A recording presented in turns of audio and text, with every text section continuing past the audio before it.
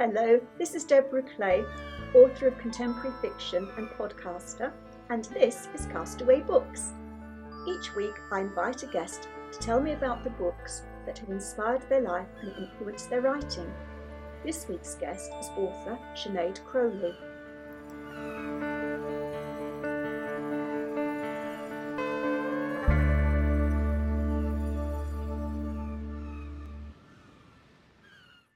Hello, my author guest this week is Sinéad Crowley, who is the author of the best-selling D.S. Clare Boyle series, and I really must read this book because it sounds exciting, the spooky West of Ireland mystery, The Belladonna Maze. And you've written another dual timeline historical mystery novel, which came out in September, which is A Maid on Fifth Avenue. So you've written across crime and mystery and romance, do you say?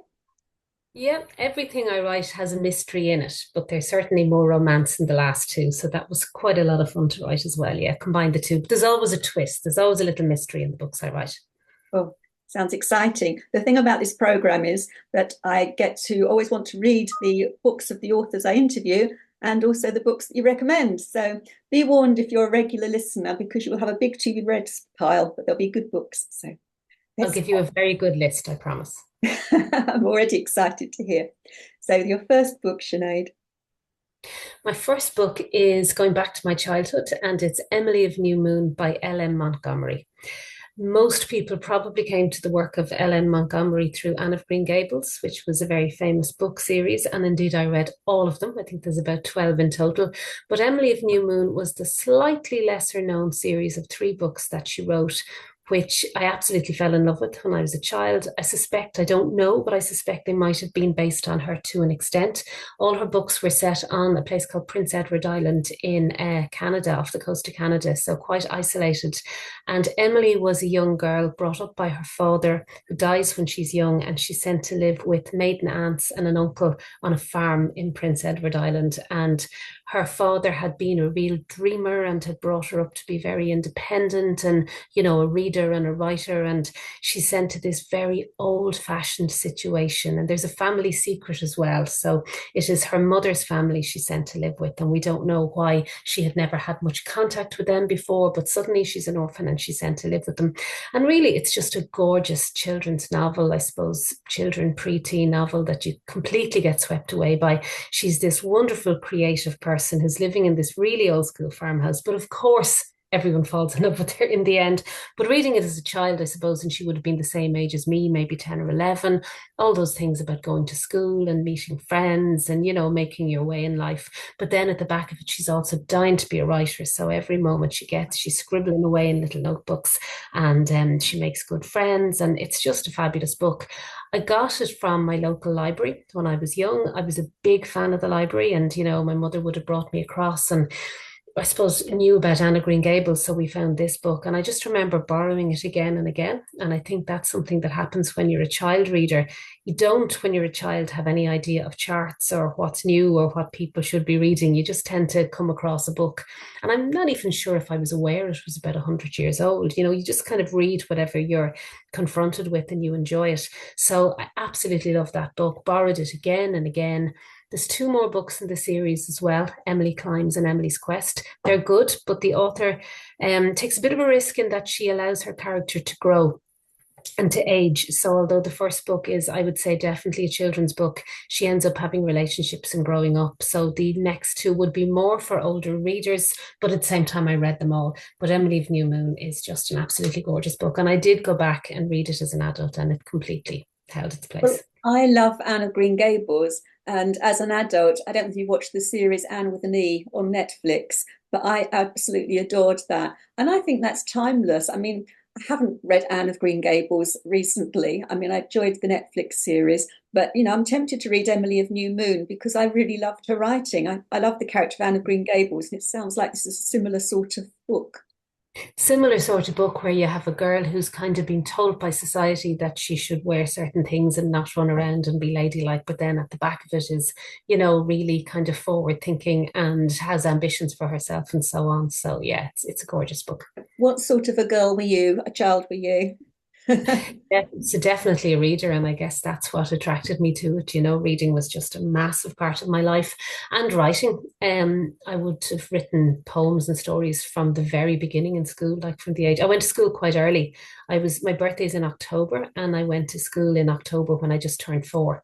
So most people in my class were a year older than me. I don't think they'd let you do that now, but I had gone to play school the year before and read very early. So I really, really wanted to school. I kind of ran out to go to school. So I was a big reader. And I'm kind of jealous of that person now because there were so few distractions. I was born in 1973. So, obviously no phones and no internet. Children's TV just on for a couple of hours in the day, so you really could just get lost in a book and did. So it's something I'd love to do now, put away the phone a bit. I try and do it on holidays, just get lost in a book again. But it was a huge part of my life. And did you have any siblings? Yeah, I have one sister, Paula. She lives in the UK now. Yeah, just the two of us. But books, as I say, books were a big part of the life, and television and films, and all of the arts kind of in particular. Were you the big sister or the little sister? I'm the big sister, so I'm 4.5 years older. Oh, it's quite a big difference. Yeah. I'm the big Yeah. sister, but my sister's just 2 years younger. Younger enough Yeah. to boss around, but young, but old enough to play with. I suspect if she was here, she'd say there was lots of bossing around. So, yeah, yeah, We're yeah, allowed to. It's our prerogative as older sisters. exactly. And I have two boys now, and they're 3 years apart. So I must see is the same relationship developing. I had no brothers, so when I ended up having two boys, I didn't know if I'd know what to do with them. But we're getting on. We're getting on just fine. They're very Different. different altogether to little girls, aren't they? Well, as far as I can remember, yeah.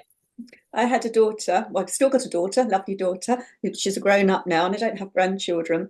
But when we used to always have parties, and there'd be boys and girls there, and then she got to a certain age when all these boisterous little boys were all like falling over each other like cubs and making the girls scream. And I thought, that's the end of parties, mixed parties.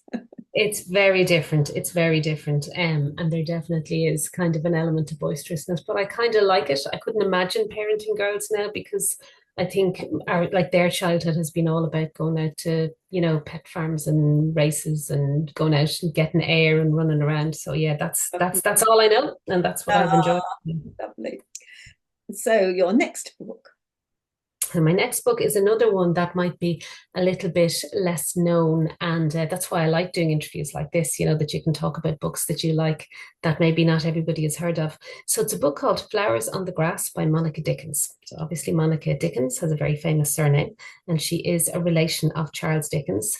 This is a book that, again, I came upon in the house. My mother had it in hardback. I can still see a little red hardback. No idea where she got it.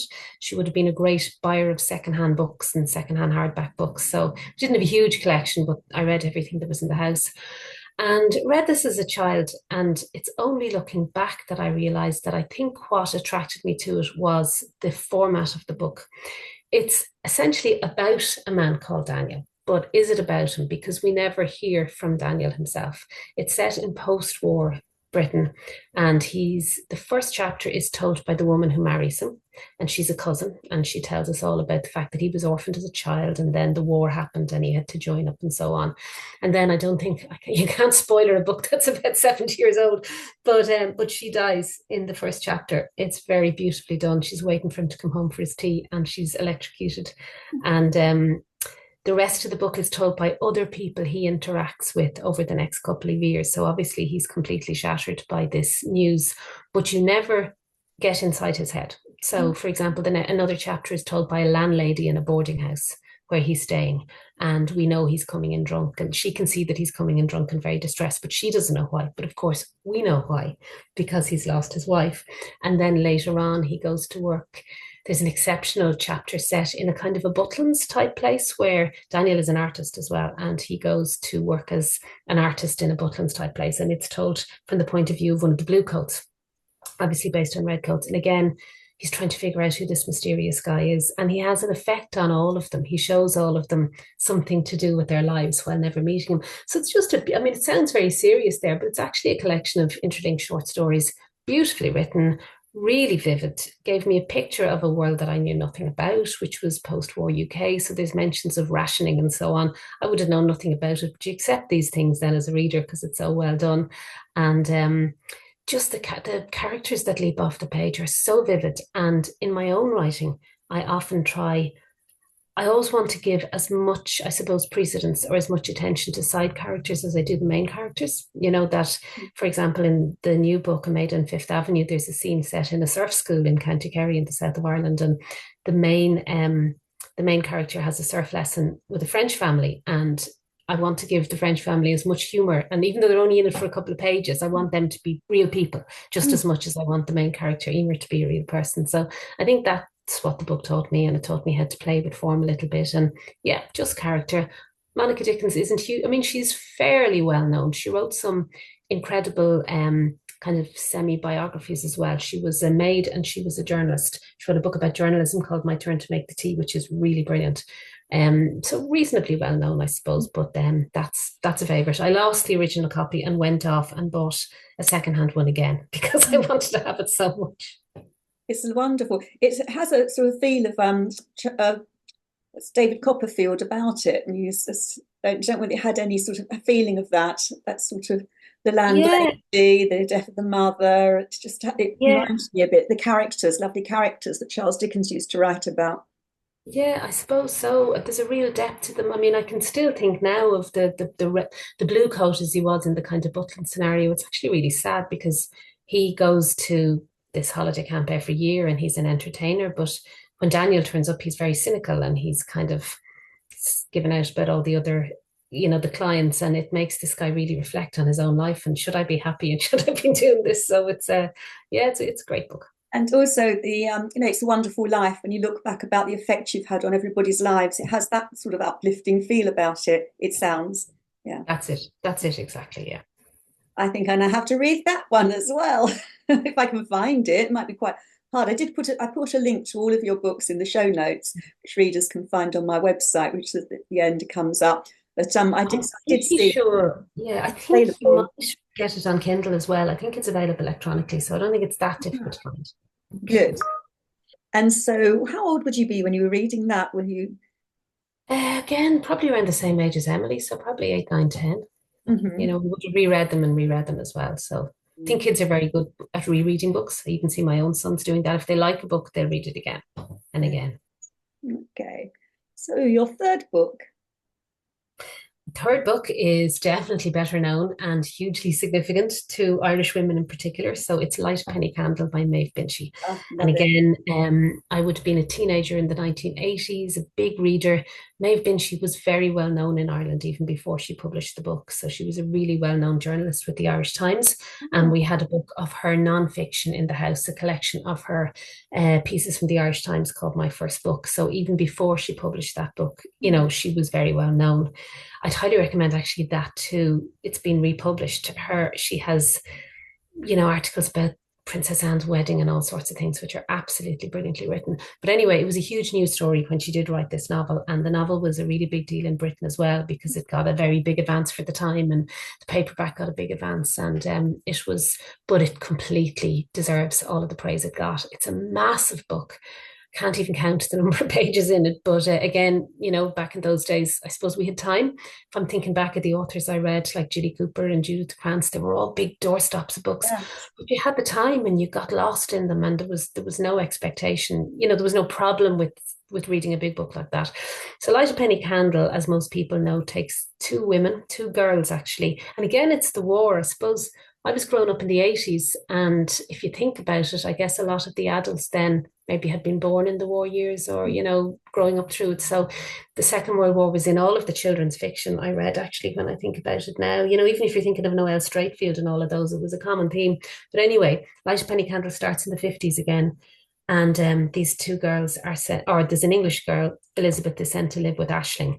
And the reason they know each other is because their mothers had been friends at boarding school. And Elizabeth is sent to escape from London and, evacuated essentially to Ireland. And the book then follows them all the way up through adulthood. So it is just a marvelous book. I mean, in terms of world building, you go right into every single member of Ashling's family. You meet her mother, you meet her father, you meet all the brothers and sisters. Elizabeth is the classic fish out of water. She's an only child coming over from London. She doesn't even understand what they're saying. But herself and Aisling developed this amazing friendship.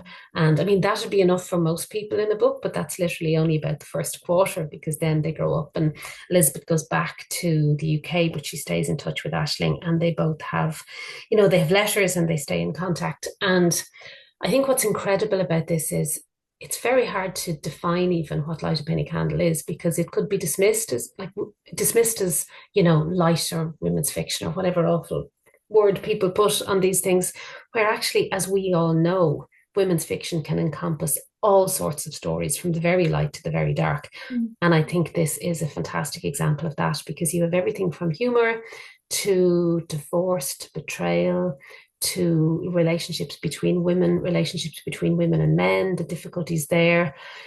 Friendship, I think, which is such an important part of most women's lives. Those friendships you make as a child can be as significant as your significant other, or more so sometimes. And again, just completely immersive. Mm. So it's a fantastic book. I've read it several times since. And then I was incredibly lucky that my two recent books, as you mentioned, The Belladonna Maze and A Maid in Fifth Avenue, were actually edited by Rosie de Courcy, who worked on Light a Penny Candle with Maeve Binchy. So that was a gorgeous kind of full circle. I only met Maeve Binchy a couple of times. I interviewed her on a couple of occasions, and she was as warm and lovely as people say. So never got to send her a book, but she was definitely an influence. And that book, that and I think Echoes and Circle of Friends are the three. If you were looking to read Maeve Binchy, they're the absolute three absolutes I'd recommend. Loved her books. It's so sad that we've lost her, and there's no more books from that amazing storyteller. She was so popular and wonderful. Yeah, I loved her too. And I remember reading, maybe you picked this up when you interviewed her, but I remember hearing her being interviewed once, and she said that when she published her first novel, Light a Penny Candle, her neighbours and friends, instead of celebrating with her, were all jealous and envious and cool, didn't give her the response that she hoped. And I thought that was so sad. I don't know about that, because certainly in later years she absolutely got the praise that she deserved in the Irish establishment. She won the first time I interviewed her was she won a Lifetime Achievement Award at the Irish Book Awards. So Mm. that was really It was just her significant. friends in the village, just friends, Yeah. and I No, suppose that does it happen. definitely changed, because she had a portrait in the National Gallery. And when she died, the funeral cortege went all the way through Dalkey. So she was very definitely, yeah, very Mm, definitely appreciated for the absolutely. entry. A national treasure. Absolutely, yeah. And the books still completely stand up. And I suppose the nice part is, especially those early ones aren't contemporaneous anyway. So they were set in the kind of 40s, 50s, 60s. So in a way, that's easier to read than now than something that might have been written in the 90s and was very up to date, So you can completely read them. So what were you doing around that time? Were you at being a young woman by then? Wouldn't you a teen? Yeah, I remember, I'd say I was in secondary school reading Light a Penny Candle, and I think came out around 85, 86. So I was in secondary school from 85 to 90. I also remember reading a lot of Jilly Cooper. I remember having exams and saving the Jilly Cooper book until after the exams were over, because it was too tempting to open it. And Judith Krantz and all of those, absolutely loved them. I remember I was in college then, 90 to 93. I studied communications in Dublin City University. And I remember the later Ginny Cooper books coming out. The reason I remember that is because I actually watched Rivals recently on Disney. And so I went back and reread Rivals, which again completely stands. Uh, It's a great book. uh, But yeah, I was studying very hard for my leaving certificate when I was 16, 17. So the book was the kind of treat at the end of the day or at the end of the week to go. And I remember actually some friends of mine when I was in first year in university, obviously we didn't have mobile phones. I remember a couple of friends rang the house when the exams were finished to see if I wanted to go out. And my mother said she's gone to the library. And they said, well, we're just finished our exams. So we're not supposed to be going to the library. They just thought it was very me. But what I meant was I was going to have to get some fiction. I remember that feeling. As you say, I would long to have that back in my life, that feeling about, oh, I'm just going to sit and just read a book, and the Barbara Yeah, Taylor Bradford, Shirley Conran yeah, all of books them. you All mentioned, of them. and you'd think, hey, and you'd get this great big fat book and just Yeah, snuggle down somewhere, and you had no responsibility to anybody. I mean, doing exams was yeah, probably the most responsibilities we yeah, had at that time. There wasn't absolutely. housework and shopping and paid No. work. You could just really just sit and thoroughly enjoy a book. Oh, those happy days. Yeah, I actually have a vivid memory of where I read them as well. Like I remember reading Riders by Jilly Cooper lying out in the back garden back when we were all allowed to sunbathe, and I shouldn't sunbathe because I'm really pale, but anyway, I was. And I remember holding the book up to block the sun, you know. And I also worked in England in first year of college. You know, students go abroad to do work in the long summers, and I remember having Riders and Rivals that summer as well because it was kind of in an office environment and you had very strict hour for your lunch break and stuff. So yeah, I suppose nowadays I'd be sitting and checking Instagram or something, but I think I was probably better off. Yeah, the wonderful days before social media. It brings good things, but it also takes up too much of our brain cells, I think. Just Exactly. too distracting. So on to your fourth book. Yeah. So my fourth book is, I mean, I had to put in an Agatha Christie. Well, I had to put in crime fiction. So my first love, really, other than women's fiction, is crime fiction, and I really racked my brains about this one. And then I thought, God, probably everybody gives her Agatha Christie, but in fairness, she deserves it. She's the queen. And the one I've gone for is Death on the Nile. And I've several reasons that I'm choosing that. First of all, it's a great book. I love Agatha Christie. In fairness to her, she wrote so many books, you couldn't expect every single mystery to be as good as the rest. But I think Death on the Nile is one of those perfect mysteries where the characters are well developed, the mystery is well worked out. You genuinely don't know what has happened. It's Poirot. It's set abroad. She loved that part of the world. You know, she loved Egypt. We know about her background in Egyptology and archaeology and so on. So it's a fantastic book. But I also have a gorgeous memory of it because I read it on the Nile. So I went on a Lovely. fabulous holiday with a friend of mine in, it would have been 1998 or 1999.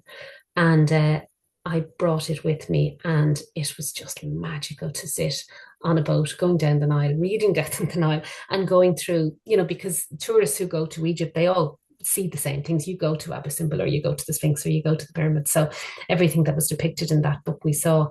And then just to make it really meta, we watched a video of the film Death on the Nile while we were on the boat. Mm. And the other reason I wanted to mention Death on the Nile is I have kind of strong opinions about Agatha Christie adaptations.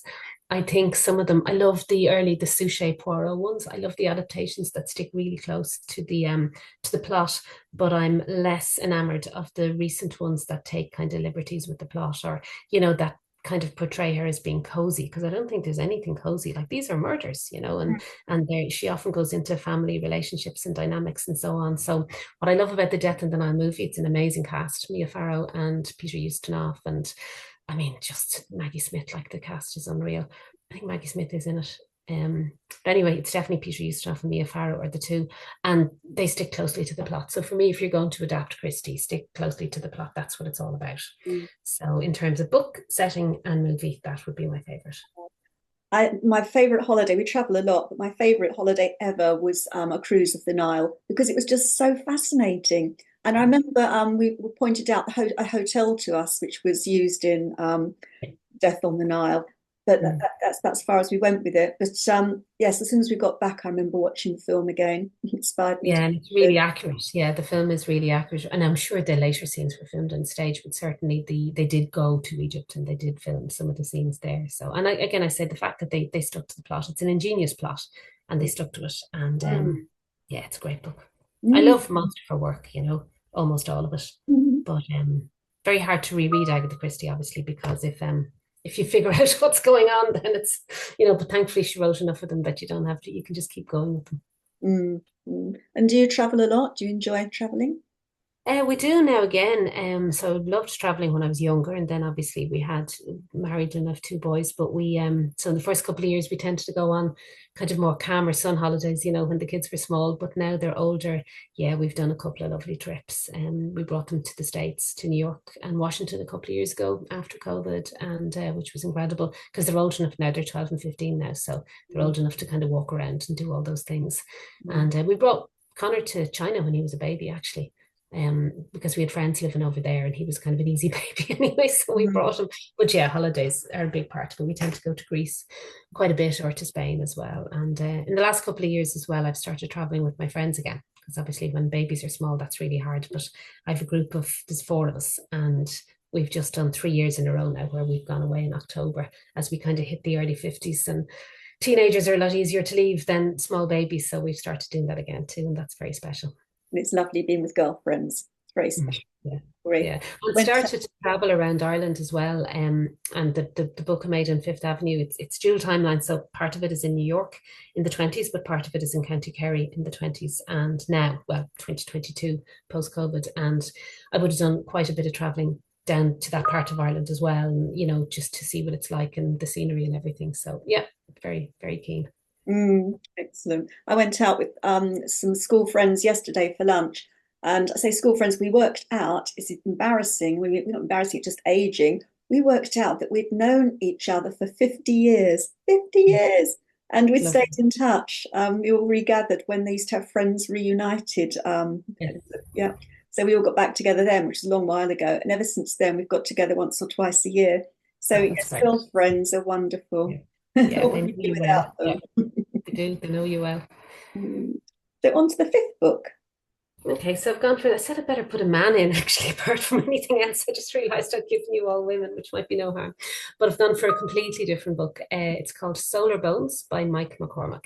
And it is I suppose you'd call it a work of literary fiction. But again, what's important to me, and I hope that's come across today, is I like the book. I don't read by genre. I don't either only read one type or say I never read another type. I just think if the book is good, it's good. So Solar Bones was longlisted for lots and lots of literary prizes when it came out a couple of years ago. And it sounds very difficult. It's written in one entire sentence. It is a book about a man who is in his house. I don't give too much away, but a man in his house. It's nobody else in the house, and he's kind of looking back over his life and trying to figure out why things feel a little bit strange in his kitchen. But it's told in one sentence, but that completely works. I was the arts correspondent for RTE News for many years, and I was lucky enough to interview Mike McCormack on a number of occasions, and he kind of explains why he wrote the book, and he reads it very well as well. So as I say, it's written in one sentence, but you have to read it in that vein. But again, I've chosen it here because first of all, it's an absolutely superb book. It's published by an independent Irish publisher called Tramp Press, who are two women and who are doing really exciting things with publishing. And also, as I say, just to show that genre doesn't matter. It's not fair to say I only read this or I only read that. If the book is good, the book is good. And this is kind of a literary fiction, award-winning Booker longlist, but it's an absolutely superb read. And I've read it several times. You always get something new out of it. And I think actually, if you're intimidated even by the style, you can read a bit out loud to yourself and you kind of get into the rhythm of it. But How highly do recommend. you have one sentence? How do you pause for breath? You have to read the book to find out. I mean, you can pause for breath, but there's no full stop, just, yeah. I'll have a It's, go. it's circular. The whole thing is circular.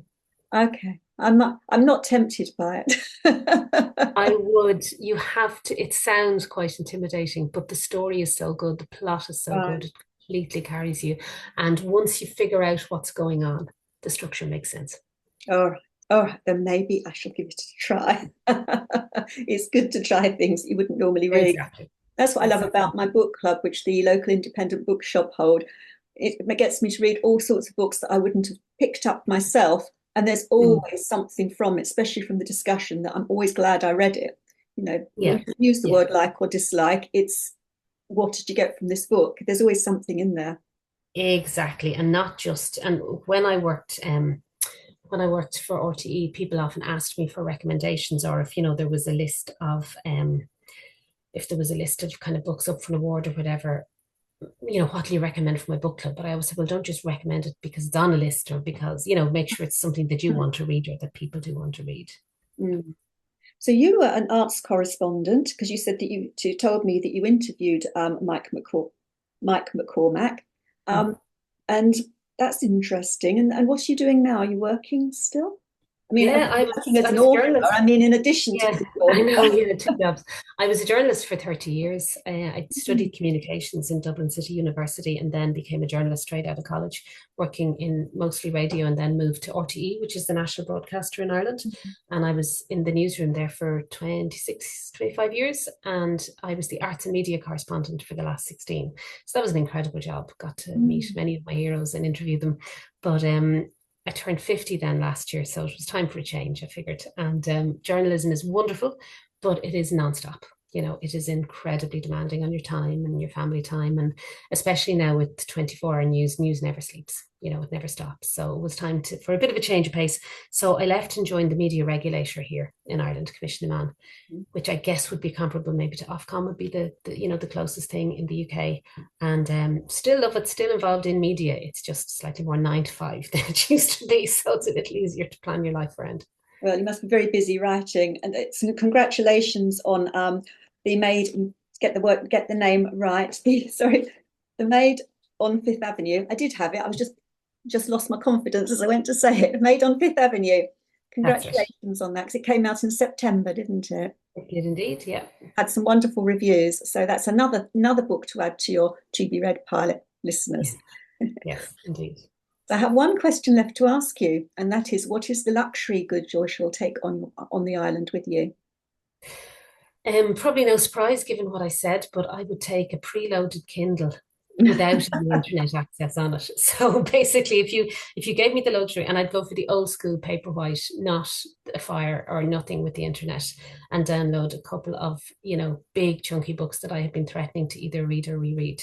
And that's what I would take. Also, if I could have two, I'd need some Factor 50 as well, because I'm really pale. Yes. Hopefully, there'll be a big coconut tree. But yeah, a preloaded Kindle with on airplane mode. Excellent. Great. It's been an absolute pleasure talking to you, Sinead. Thank you for joining me today. Thank you very much. Bye-bye.